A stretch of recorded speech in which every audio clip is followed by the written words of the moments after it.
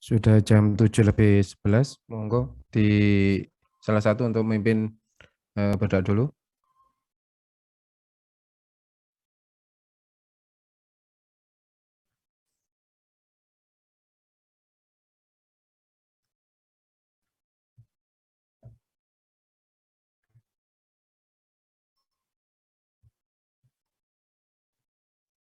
Yuk, salah satu memimpin doa. Sebelum kita memulai pembelajaran pagi hari ini, alangkah baiknya kita berdoa menurut agama dan percaya kita masing-masing. Berdoa dimulai. Bismillahirrahmanirrahim. Iya.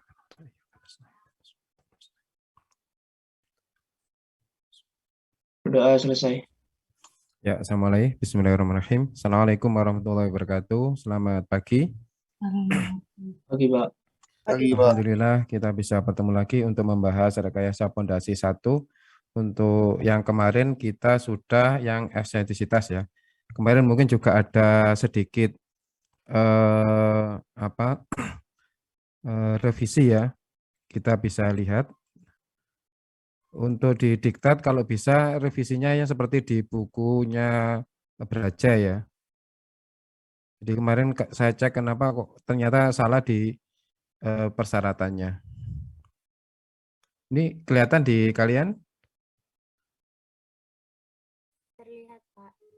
Lihat ya. Jadi kemarin mohon maaf ini kayaknya ada kekeliruan di syaratnya ya.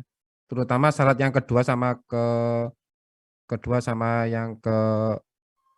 ketiga.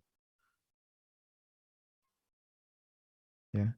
Jadi syaratnya ini mohon dicek, terutama yang kedua sama tiga ya. Jadi yang kedua ini, yang ketiga ini, ya, sorry yang ketiga, yang ini bisa dicek di bukunya Braja. Kemarin saya cek ternyata ini ada kesalahan. Makanya contoh yang kemarin yang kedua itu bisa dikerjakan dengan kasus yang keempat ini. Kita coba saja, saya awali sambil nunggu temannya yang belum masuk. Nanti kita bahas yang kemarin juga kita sudah ulas. Jadi sekali lagi untuk kenapa di sini ada eksentrisitas seperti diketahui bahwa eksentrisitas di sini karena pertama ada momen. Kalaupun ada momen pasti ada eksentrisitas ya. Jadi tidak mengenai pas tengah-tengah dari pondasi ya. Jadi kalau sentris itu pasti modelnya seperti ini lurus dari atas. Baik kalau di kalian robot pakai FZ atau kalau di pondasi biasanya pakai key, terutama juga key V, key arah vertikal. Jadi kalau posisinya pas di tengah di sini pasti sentris. Ya, ini sudah kita bahas untuk bab-bab mulai 1 sampai 1.7 ya. Jadi sebelumnya itu kita sudah bahas yang sentris. Sekarang kalau sentris seperti ini pas di tengah, ini tampak samping ya. Kalau tampak atas pun pas di tengah di sini karena ini adalah kolom ya. Ini adalah kolomnya, ini adalah pel dari pondasinya. Ini pondasi, lebar dari pondasi.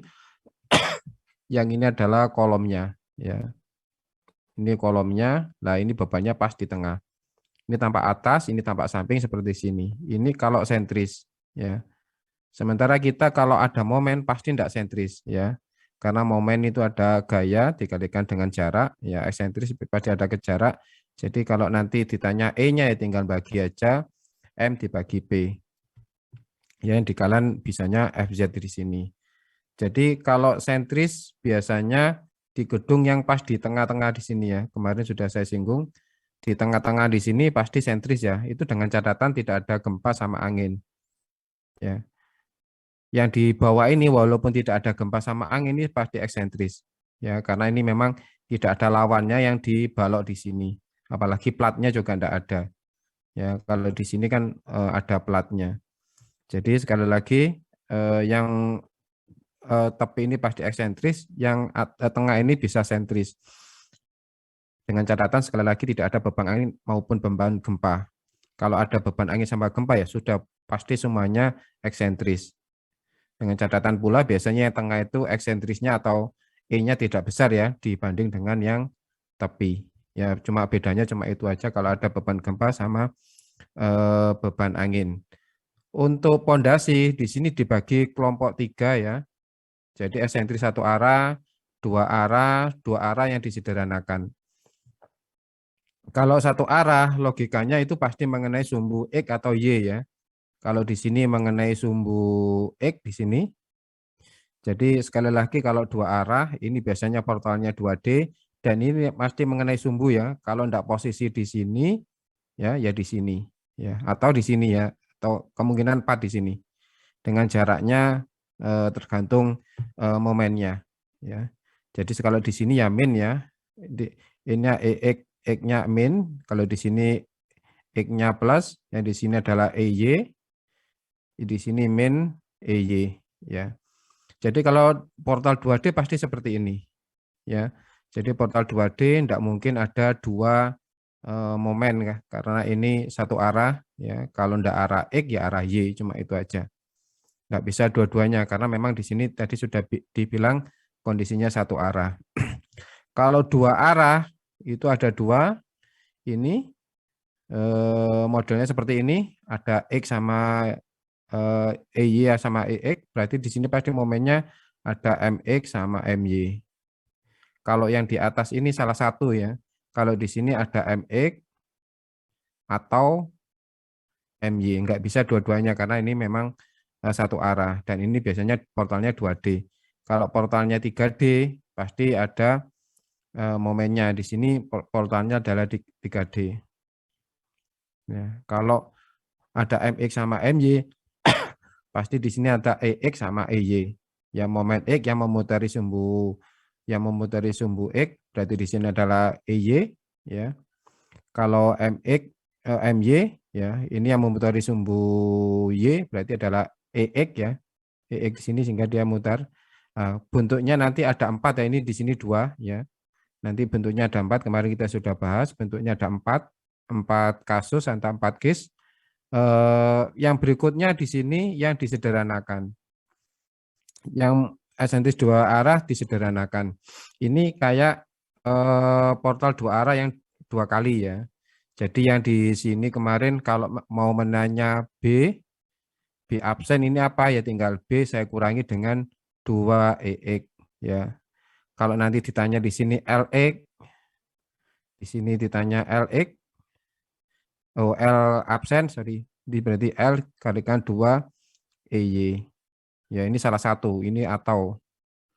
Ya, karena memang satu arah. Sekarang kalau dua arah yang disederhanakan, ini sekali lagi ini kayak 2 kali yang satu arah tadi ya. Untuk B-nya, B kurangi 2 EX, untuk L-nya, L dikurangi 2 EY.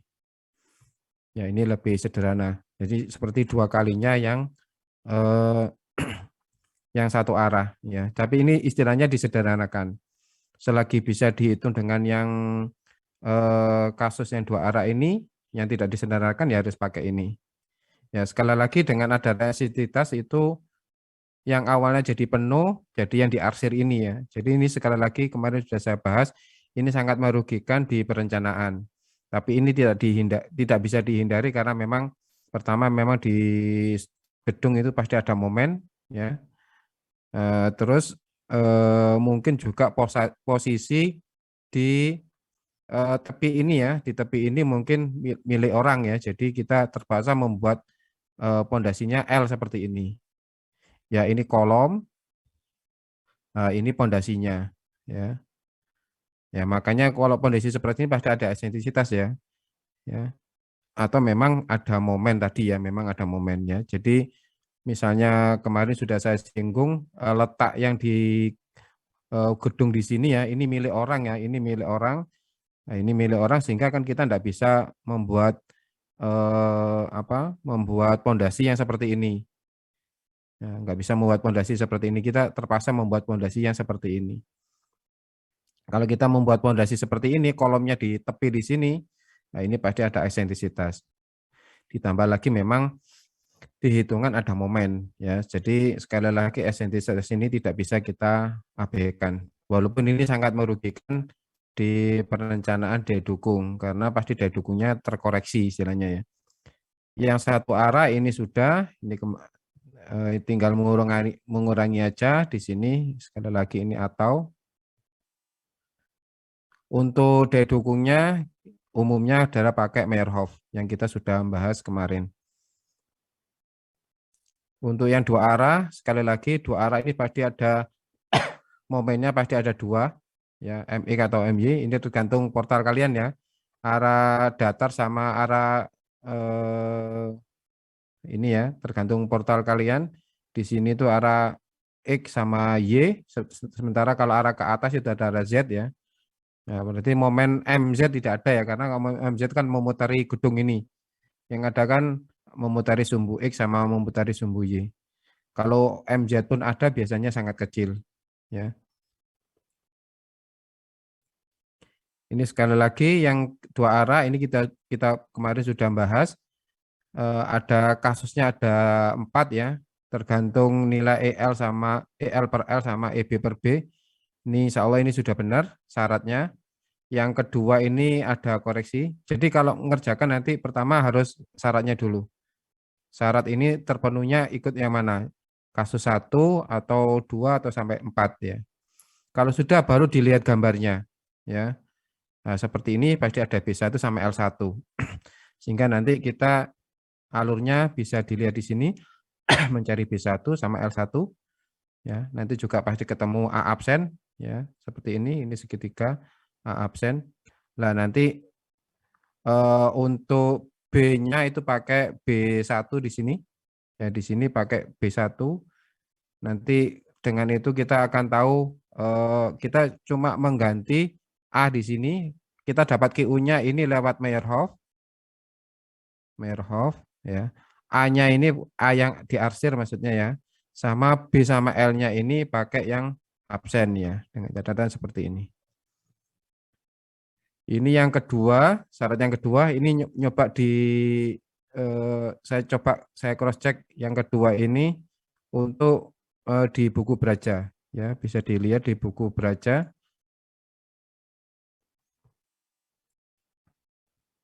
Kemungkinan kalau ada salah di rumus yang kedua ketiga mungkin kalau ada catatan salah bisa dilihat di sini. Nah, di sini case yang kedua ini 1/6 kemarin 1/6 itu berapa 0, bentar.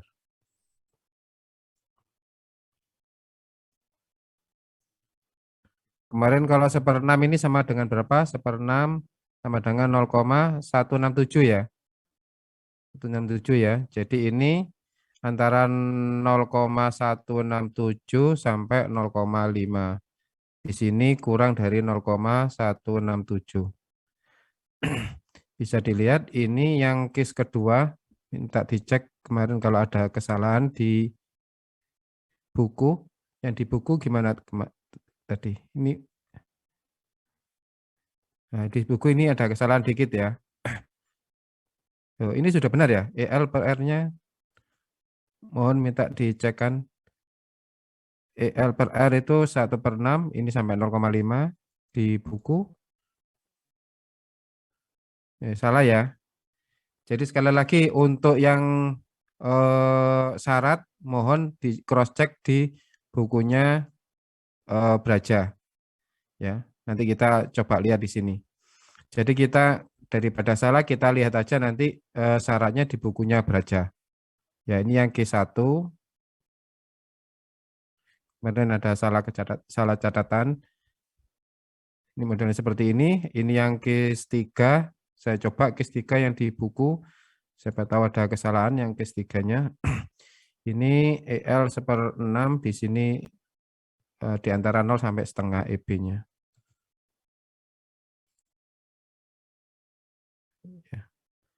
Ya, ini sekali lagi pakai ini aja ya.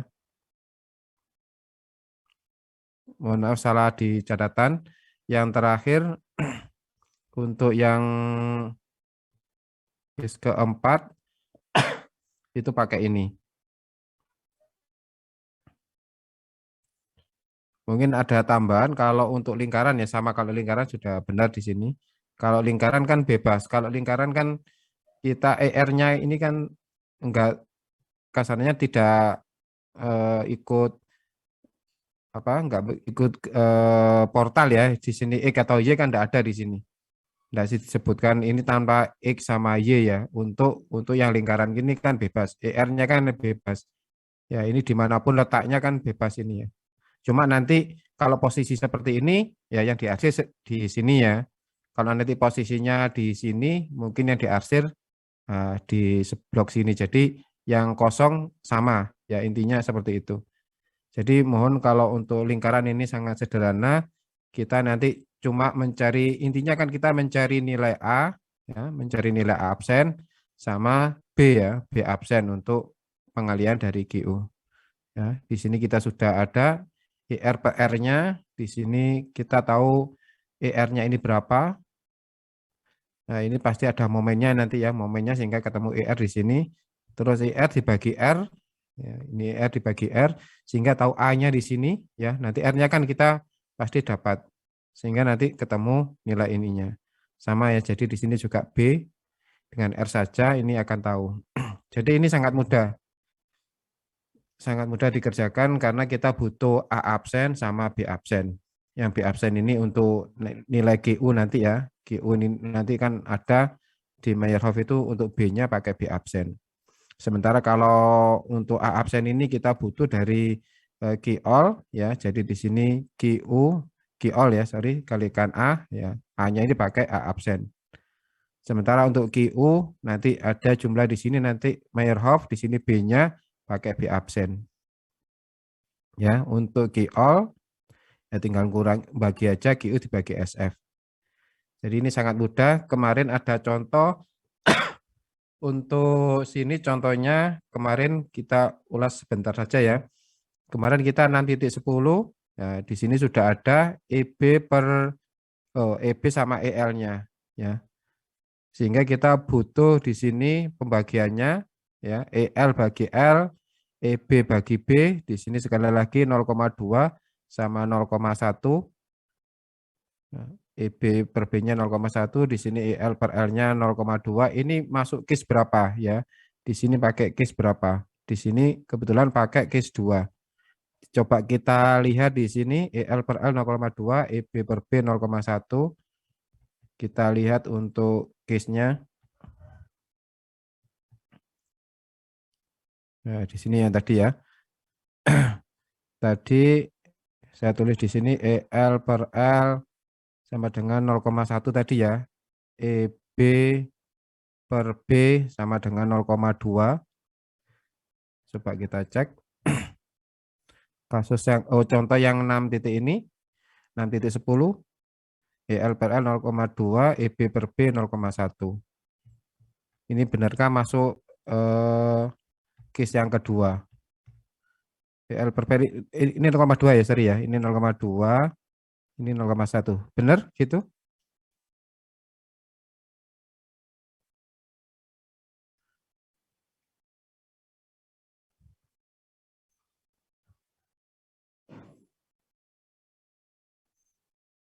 Kita coba cek yang soal 6.10.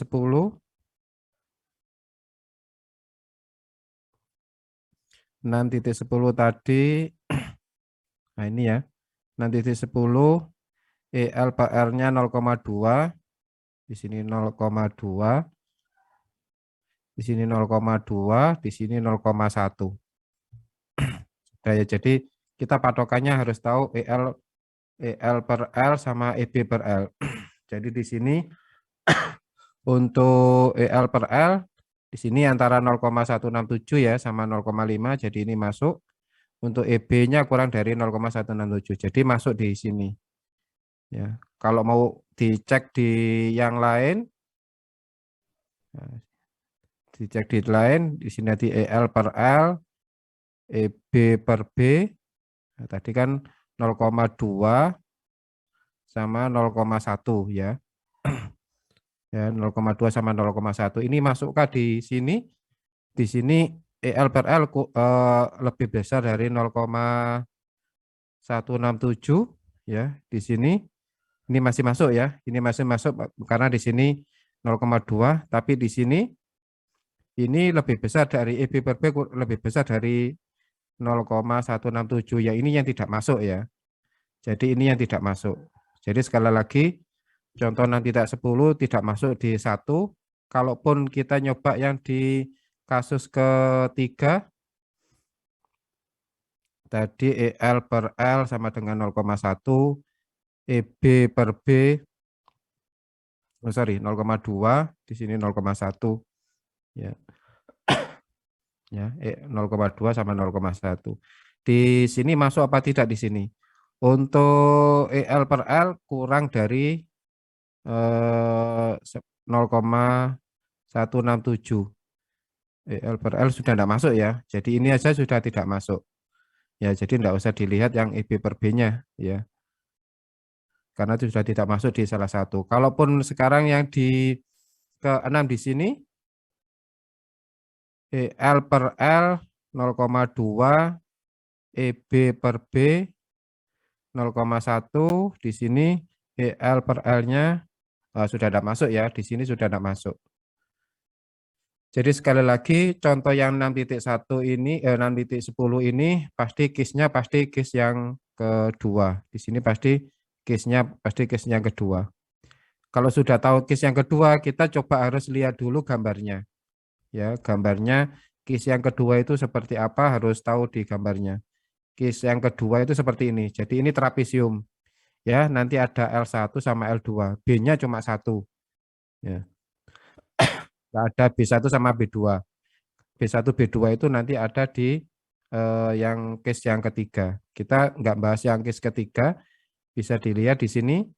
Nah, kita cuma tahu di sini L1 sama L2. Untuk mencari L1, L2 kita butuh grafik yang ini. Grafik gambar figur 6.27 ya. Jadi di sini ada titik ya. Di sini itu EL per L ya. Tadi EL per L-nya ketemu 0,2 ya. Di sini ada titik, yang ke kiri itu L2 per L, yang ke kanan itu L1 per L ya. Jadi di sini saya garis lurus di sini. Nah, ini saya garis lurus. Tadi sudah ada EB per B sama dengan 0,1. Nah, sehingga untuk L2 di sini, L2 dibagi L di sini, kalau di sini EB per B-nya 0,1 berarti di sini. Ya, di sini. Ini saya tarik ke bawah. Nah, jadi L2 per L ini sama dengan 0,21, kurang lebih seperti ini ya. Sehingga nanti kalau L2-nya berapa, tinggal ngalikan saja 0,21 kalikan L, yang L-nya tadi 1,5, 21 kalikan 1,5, sehingga ketemu L2. Sama ya, di sini juga sama. L1 per L, di sini sama dengan berapa? Ini 0,1 EB per B-nya yang 0,1 itu di sini. Ya, jadi di sini. Ya. Ini kalau saya tarik ke bawah, ya, ini sekitar 0,85 ya. Sehingga L1 sama dengan 0,85 saya kalikan L ya, 0,85 saya kalikan dengan 1,5. Sehingga ketemu L1 sama L2. Nanti dipakai L absen itu yang terbesar antara L1 sama L2. Jadi di sini pakai L1 sama dengan ini ya, 0,85 kalikan 1,5. Jadi prosesnya seperti itu, sehingga kalau L-nya L absennya kita dapat, nanti kita bisa dapat untuk A-nya sama B-nya. Bisa dilihat di sini, tadi sudah L1 per L sama dengan 0,85, sehingga ini adalah L1, L2-nya sama dengan 0,21, L2 per L 0,21, sehingga L2-nya ini. Di sini tadi untuk mencari A, sekali lagi kita pasti lihat gambarnya. Ya, gambarnya di sini gambarnya trapesium. Ya, jadi untuk makanya kita harus tahu gambarnya di case 2 ini berapa, modelnya seperti ini. Ya, ini adalah trapesium, makanya ini kalau mau mencari A-nya, ya logikanya yang sudut yang sejajar ini saya tambahkan, saya kalikan setengah. Setengah dari L1 ditambah L2, terus saya kalikan dengan B. Ya, karena B-nya tidak ada B1, B2. Ya, ini rumus dari luasan trapesium di sini. Makanya di sini kita akan dapat L absennya. Ya. Oh, sorry, kita dapat A absennya. Ya, ini setengah L1 tambah L2 dikalikan B ketemu A absennya. Ini nanti kita butuh untuk pengalian di ini ya. Pengalian di sini. A absennya ini. Kita butuh di A absennya ini. Itu A absen kita sudah dapat. Untuk L kita pakai yang terbesar ya karena memang syaratnya pakai yang terbesar ini 1,275 sehingga kalau ketemu A sama L kita butuh B di sini. Ya, B absen di sini. Sehingga ketemu A absen dikalikan dibagi L absen karena kan A sama dengan B kalikan L. Di sini A-nya A absen, L-nya juga L absen ya sehingga ketemu B-nya di sini. Nilai B absen itu kita nanti gunakan di Meyerhof ini. Ya, di Meyerhof ini. Jadi fungsinya cuma itu saja. Kalau selebihnya ini kan sama dengan yang sentris ya, kita mencari untuk FQS, F gamma QS, F gamma D, dan seterusnya ya. Mungkin F gamma I, FQI ini karena lurus ya, maka sama dengan 1. Sehingga karena di sini C-nya sama dengan 0, di soal ini kebetulan C-nya sama dengan 0. Nah ini C-nya sama dengan 0, maka yang CNC di ini kita enggak ngitung ya karena ini sudah jelas sama dengan 0. Ya. Sehingga ketemu di sini QU-nya dengan B absen tadi ya. Dengan masukkan B absen di sini, B absen di sini, ini sudah yang bedanya cuma di sini aja, di B absen di sini. Ini 0,936 itu dari mana? Ya dari kitab ini tadi, B absen ini. Sehingga kalau sudah ketemu, kita di sini ketemu QU, sekali lagi ini adalah rumus QU, QU-nya Meyerhof, dikalikan dengan A absen sehingga ada QU besar di sini ya, QU besar. Ini masih belum QOL ya, nanti kalau ditanya QOL ya tinggal bagi aja QU dibagi SF. Sampai sini ada ditanyakan yang 6.10 ini review yang kemarin. Ini sekali lagi ini yang esentris ya. Ya jadi ini gambarnya tadi seperti ini. Nah, seperti ini. Jadi itu esentrisnya di ini ya. Jadi yang ini yang hilang ya.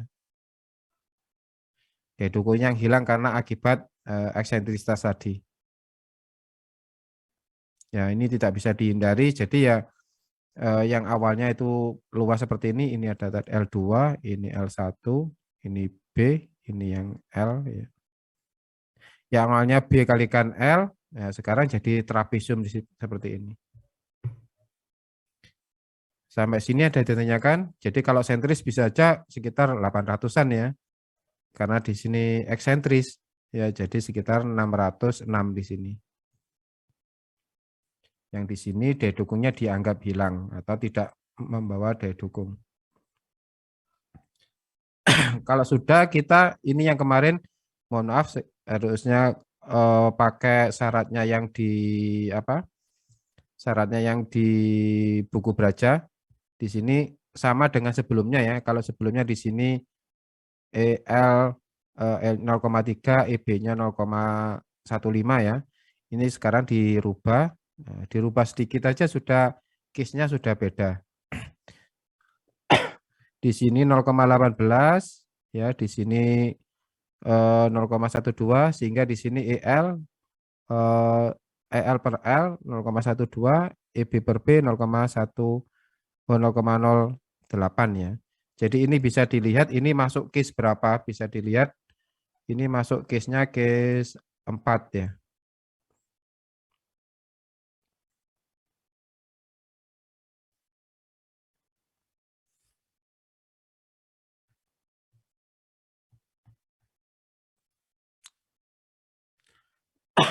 Bisa dilihat ini contoh kalau yang ke contoh yang 6.11 ya. Jadi sudah dilihat di sini EL per L sama dengan 0,12, EB per B di sini 0,08 ya.